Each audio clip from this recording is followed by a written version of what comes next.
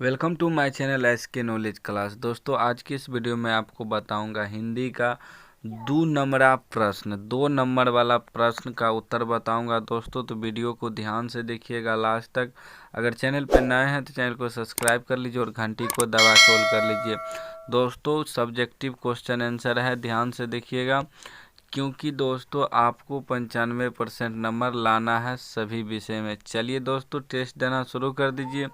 पहला क्वेश्चन है दोस्तों कि अशोक वाजपेयी को नदी तट पर बैठे क्या अनुभव होता है।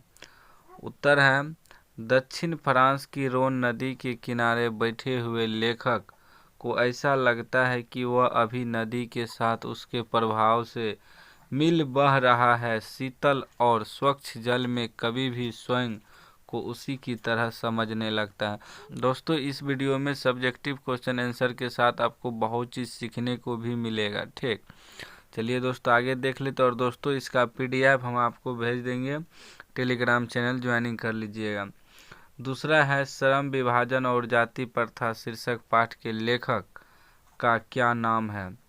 उनके चिंतन एवं रचनात्मकता के 3 प्रेरक व्यक्ति कौन हैं। दोस्तों, ये जो सब्जेक्टिव का आंसर है ना, आपको अपने शब्दों में देना है। मैं जो बता रहा हूँ इसको थोड़ा बहुत ध्यान में रखना है, याद करना है। आपको एग्ज़ाम हॉल में अपने शब्द में लिखना है, क्योंकि पेपर पे लिखा रहता है परीक्षार्थी यथासंभव अपने शब्दों में उत्तर दें। यानी कि जितना सा याद रहे आपको, जितना लाइन उतना लिख देना है मिला जुला के। ठीक, आपको फुल नंबर मिलेगा। उत्तर है इसका दोस्तों, श्रम विभाजन और जाति प्रथा प्रथम शीर्षक पाठ के लेखक भीमराव अंबेडकर है।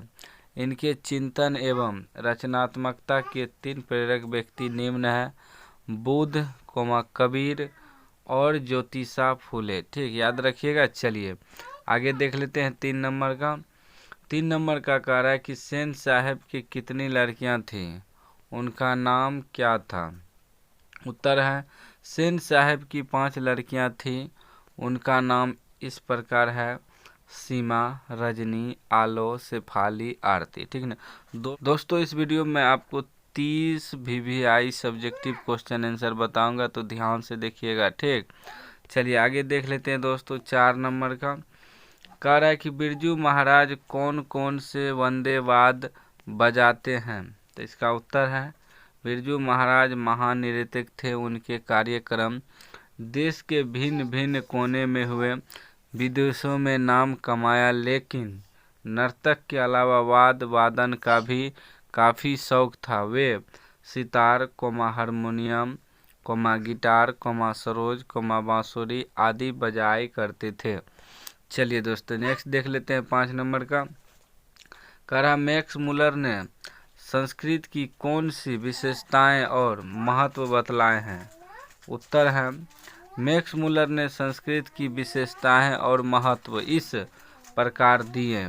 ठीक, पहला है, इसकी प्राचीनता है, इसके वर्तमान रूप में भी अत्यंत प्राचीन तत्व भली भांति सुरक्षित है। ठीक, दूसरा है, संस्कृत की मदद से ग्रीक, लैटिन, गार्थिक और एंग्लो टेक्स्ट जैसी ट्यूटैनिक भाषाओं को आसानी से हल किया जा सकता है।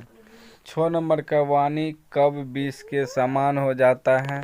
तो दोस्तों, इसका उत्तर है, गुरु नानक यह विचार है कि मनुष्य संसार में अपना अस्तित्व प्राप्त करता है तो उसे सदैव राम नाम का जाप करना चाहिए, क्योंकि मानव का अस्तित्व राम की कृपा से ही है। यदि वह राम नाम का जाप ना कर किसी अन्य वाणी का प्रयोग करता है तो वाणी 20 के समान हो जाती है। ठीक, चलिए नेक्स्ट देख लेते हैं। 7 नंबर का है कि नागरी को देवनागरी क्यों कहते हैं। लेखक इस संबंध में क्या बतलाते हैं। तो इसका उत्तर है कि गुजरात के नगर ब्राह्मणों ने सबसे पहले नागरी लिपि का इस्तेमाल किया था, इसीलिए इसका नाम नागरी पड़ा। इस मत को स्वीकार करने में बहुत अड़चने हुई, परंतु अंत में सबों ने स्वीकार किया। सभी नगर सिर्फ नगर है, लेकिन काशी देवनागरी है, इसलिए काशी में प्रयुक्त लिपि का नाम देवनागरी कहा जाता है। चलिए दोस्तों, नेक्स्ट देख लेते हैं। 8 नंबर का कह रहा है कि घनानंद के अनुसार परहित के लिए देह धारण कौन करता है? तो इसका उत्तर है परहित के लिए बादल देह धारण करता है। बादल जल का भंडार होता है और वह बनता ही बरसने के लिए है। बरसने के बाद उसका अस्तित्व भी समाप्त हो जाता है। बादल सूखी धरती पर बरसकर उसे हरा भरा बना देता है। ग्रीष्म से तत्व धरती को सुकून देने के लिए बादल अपने अस्तित्व को समाप्त कर लेता है। देखिए कितना इम्पोर्टेंट क्वेश्चन आंसर था दोस्तों। चलिए आगे देख लीजिए 9 नंबर का क्वेश्चन है, गुरु की कृपा से किस युक्ति की पहचान हो पाती है? किसी भी क्वेश्चन को दोस्तों ध्यान से समझिए, क्वेश्चन क्या कह रहा है। उसके बाद दोस्तों जब आप उत्तर पढ़ रहे हैं, उत्तर को भी ध्यान से समझिए कि उत्तर में क्या चीज़ है, क्या मेन पॉइंट है, उसको पकड़ना सीखिए। ठीक, उसके बाद उत्तर है, गुरु बिना ब्रह्मा को पाने की युक्ति का ज्ञान नहीं मिल सकता है। अर्थात ब्रह्मा को पाने के लिए गुरु का कृपा पात्र होना आवश्यक है। ठीक, चलिए नेक्स्ट सवाल देख लीजिए 10 नंबर का। कह रहा है कि मंगू की देख रेख कौन और कैसे करता था? इसका उत्तर है, मंगू की देख रेख उसकी माँ बड़े यत्न से करती थी। वह उसे अपने पास सुलाती, खाना खिलाती और मलमूत्र साफ करती थी। चलिए नेक्स्ट देख लेते हैं दोस्तों 11 नंबर का। 11 नंबर का कह रहा है कि कवि ने माली मालिन किन्हें और क्यों कहा? इसका उत्तर है, कवि ने माली मालिन कृष्ण और राधा को कहा है क्योंकि कवि राधा कृष्ण के प्रेममय युगल को प्रेम भरे नेत्र से देखा है। यहाँ प्रेम को वाटिका मानते हैं। ठीक दोस्तों, इसका PDF भी हम आप लोगों को भेज देंगे। ठीक, चलिए दोस्तों 12 नंबर का क्वेश्चन देख लीजिए। कह रहा है, शिक्षा का ध्येय गांधी जी क्या मानते थे और क्यों? इसका उत्तर है, गांधी जी शिक्षा का मूल ध्येय चरित्र निर्माण मानते थे। उनका ख्याल था कि किताबी ज्ञान तो चरित्र निर्माण का एक साधन है। असल बात है मनुष्य में साहस, बल, सदाचार और किसी बड़े लक्ष्य के लिए आत्मोत्सर्ग करने का ज्ञान। इसके अभाव में सम्यक चरित्र का निर्माण नहीं होता। गांधी जी चरित्र निर्माण पर इसलिए जोर देते हैं कि स्वराज होने पर ऐसे चरित्रवान लोग समाज का काम संभालेंगे और देश की समुन्नति होगी। चलिए नेक्स्ट देख लेते हैं दोस्तों 13 नंबर का। 13 का कार्य है, कवि प्रेम मार्ग को अति शुद्ध क्यों कहता है? इस मार्ग की विशेषता क्या है? इसका उत्तर है, कवि कहते हैं कि प्रेम मार्ग अमृत के समान अति पवित्र है। इस प्रेम रूपी मार्ग में चतुराई और टेढ़ापन अर्थात कपटशीलता का कोई स्थान नहीं है। इस प्रेम रूपी मार्ग में जो प्रेमी होते हैं वह हमेशा ही सत्य के रास्ते पर चलते हैं। चलिए आगे देख लीजिए दोस्तों 14 नंबर का है कि किन कारणों से बहादुर ने एक दिन लेखक का घर छोड़ दिया? इसका उत्तर है कि दिन रात लेखक के पुत्र द्वारा पिटाई, मालकिन की तमाचाबाजी और अत्यंत चोरी के झूठे आरोप के कारण बहादुर ने लेखक का घर छोड़ दिया। चलिए आगे देख लीजिए दोस्तों, आपको ध्यान से देखना है क्वेश्चन आंसर। ठीक, 15 का है, कवि बद्री नारायण चौधरी प्रेम घन समाज के किस वर्ग की आलोचना करते हैं और क्यों? इसका उत्तर है, कवि समाज के प्रबुद्ध वर्ग कहलाने वाले भारतीय लोग विदेशी विद्या पढ़कर विदेशी बुद्धि पाकर अपनी चाल चलन रीति रिवाज से दूर चले गए हैं। चलिए आगे देख लीजिए 16 का कह रहा है, लेखक ने पाठ में किन प्रमुख पहलुओं से जाति प्रथा को एक हानिकारक प्रथा के रूप में दिखाया है?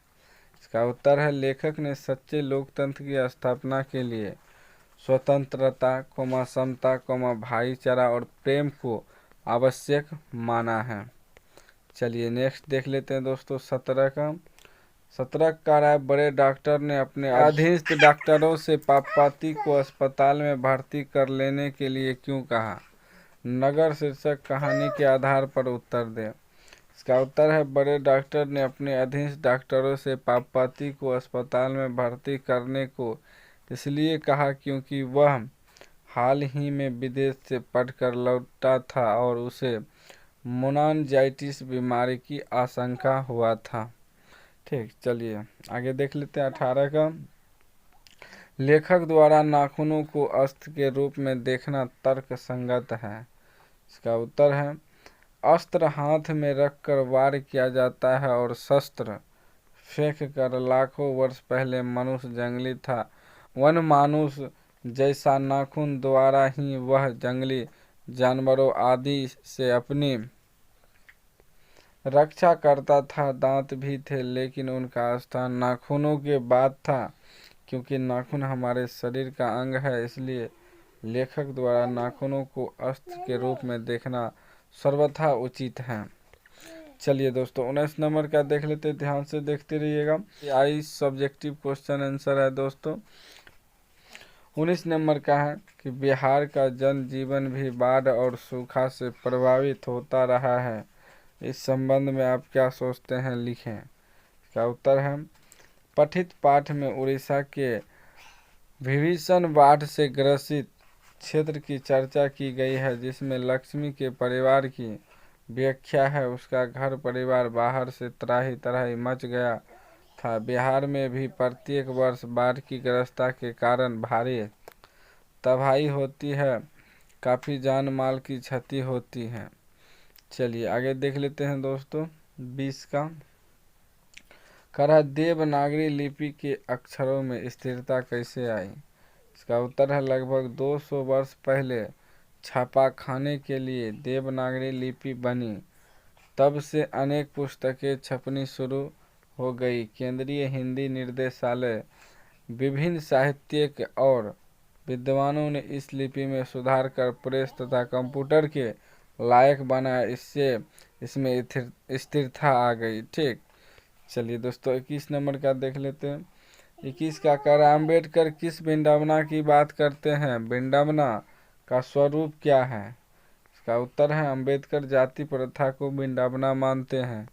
यह मजाक का विषय इसलिए है कि शिक्षा और सभ्यता को विकास के बावजूद भी इस प्रथा के पोषक बड़ी संख्या में हैं।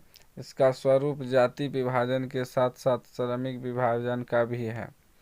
चलिए आगे देख लेते हैं दोस्तों 22 का कह रहा है कि बड़े अस्पताल का डॉक्टर कैसा आदमी था। इसका उत्तर है बड़े अस्पताल का डॉक्टर पेशे से कुशल और भला आदमी था। वह पापाती को भर्ती कर उसका इलाज करना चाहता था, किंतु भ्रष्टाचारियों के आगे उसकी एक न चली। चलिए नेक्स्ट देख लेते हैं 23 का। कह रहा है गुर्जर प्रतिहार कौन थे। इसका उत्तर है गुर्जर प्रतिहार भारत के बाहर से आकर 8वीं सदी के आरंभ में अवंती प्रदेश में अपना शासन स्थापित किया। बाद में इन्होंने कन्नौज पर कब्जा कर लिया। चलिए आगे देख लीजिए दोस्तों 24 का। इसका पीडीएफ आप लोगों को हम टेलीग्राम चैनल और व्हाट्सएप ग्रुप में भेज देंगे, ज्वाइनिंग हो जाइएगा, डिस्क्रिप्शन में लिंक है। 24 का है कि मछली और दीदी में क्या समानता दिखलाई पड़ी, स्पष्ट करें। उत्तर है मछली और दीदी में बहुत सारी समानताएं हैं। मछली जल में रहती है, दीदी घर में मछली झोले में तड़पती है। दीदी घर में छटपटाती है, मछली पानी से निकलने पर पीटती है और दीदी घर में पिता से पीटती है। ना मछली अपनी व्यथा व्यक्तित कर पाती है और ना दीदी। ठीक, 25 का देख लीजिए।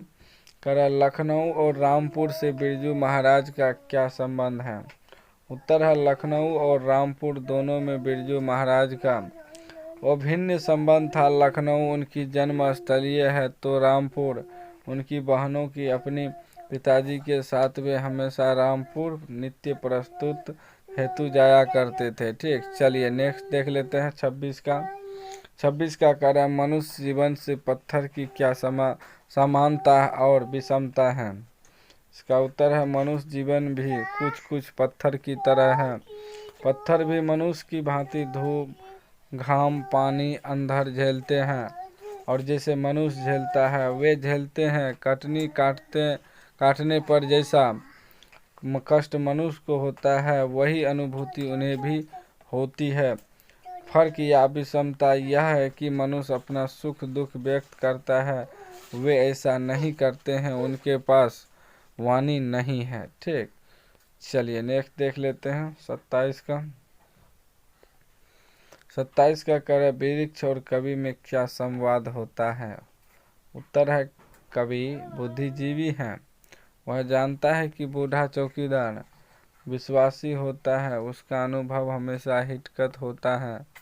चौकीदार के रूप में वह वृक्ष भी बूढ़ा है, लेकिन उसके बलबूते में कोई कमी नहीं आया, वह सहज सजग है। दूर से आते कवि को देखकर ललकारता है कि तुम कौन हो, और दोस्त के रूप में मीठे स्वर को सुन झुक जाता है। संवाद शैली की यह कविता मनुष्य और वृक्ष का संबंध का युग युगांतर का बताता है। ठीक, चलिए नेक्स्ट देख लेते हैं 28 का। दोस्तों 28 का कह रहा है कि जाति भारतीय समाज में श्रम विभाजन का स्वाभाविक रूप क्यों नहीं कही जा सकती। इसका उत्तर है जाति के आधार पर श्रम विभाजन और स्वाभाविक है, क्योंकि यह मनुष्य की रुचि और कार्य कुशलता पर आधारित नहीं है। चलिए 29 का देख लेते हैं दोस्तों। कहा दीदी का चरित्र चित्रण करे, तो उत्तर है संतु और नरेन की दीदी पिता की पहली संतान है। वह देखने में सुंदर है और अपने भाइयों से खूब स्नेह रखती है। उनको भींगने पर नाराजगी तो जाहिर करती है, उनके भींगे कपड़े बदलती है, बाल संवारती है और घर में पड़े रहना उसे अच्छा नहीं लगता। किंतु पिता है कि बेटा बेटी में फर्क करते हैं और अपनी बेटी अर्थात संतु और नरेन की दीदी को मारते पीटते हैं। वह महसूस कर सिसक सिसक कर अपना जीवन व्यतीत करती है। चलिए आगे देख लेते हैं लास्ट क्वेश्चन 30 दोस्तों। कह रहा जातिवाद के पोषक उसके पक्ष में क्या तर्क देते हैं। उत्तर है जातिवाद के पोषक उसके पक्ष में तर्क देते हैं कि कार्य कुशलता के लिए श्रम विभाजन सभ्य समाज की निशानी है। तो दोस्तों इस वीडियो में मैंने 1 से 30 तक VVI सब्जेक्टिव क्वेश्चन आपको बताए हैं, तो ध्यान से एक बार में अगर याद नहीं हुआ होगा तो दोबारा देख लीजिएगा। ठीक, बहुत जल्द और मैं लेके आऊँगा ऑब्जेक्टिव सब्जेक्टिव। चैनल को सब्सक्राइब कर लीजिए और घंटी को दबा के ऑल कर लीजिए।